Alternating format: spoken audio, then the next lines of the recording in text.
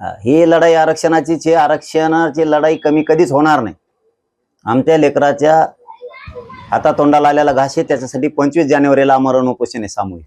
ते होणार आहे, ते आंदोलनाचे. पण तुम्ही लोकच मारून टाकायला लागले तर बोलायचं नाही का?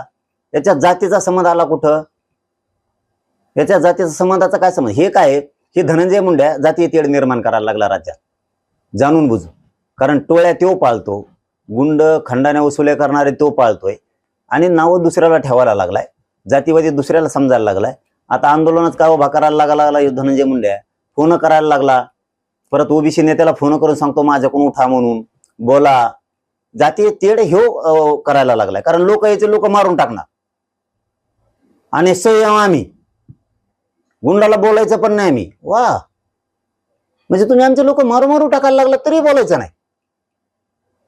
तुम्हाला आमच्याकडून धक्का सुद्धा लागत नाही कधी, तरी तुम्ही आमच्याच लोकांवरती दादागिरी करणार.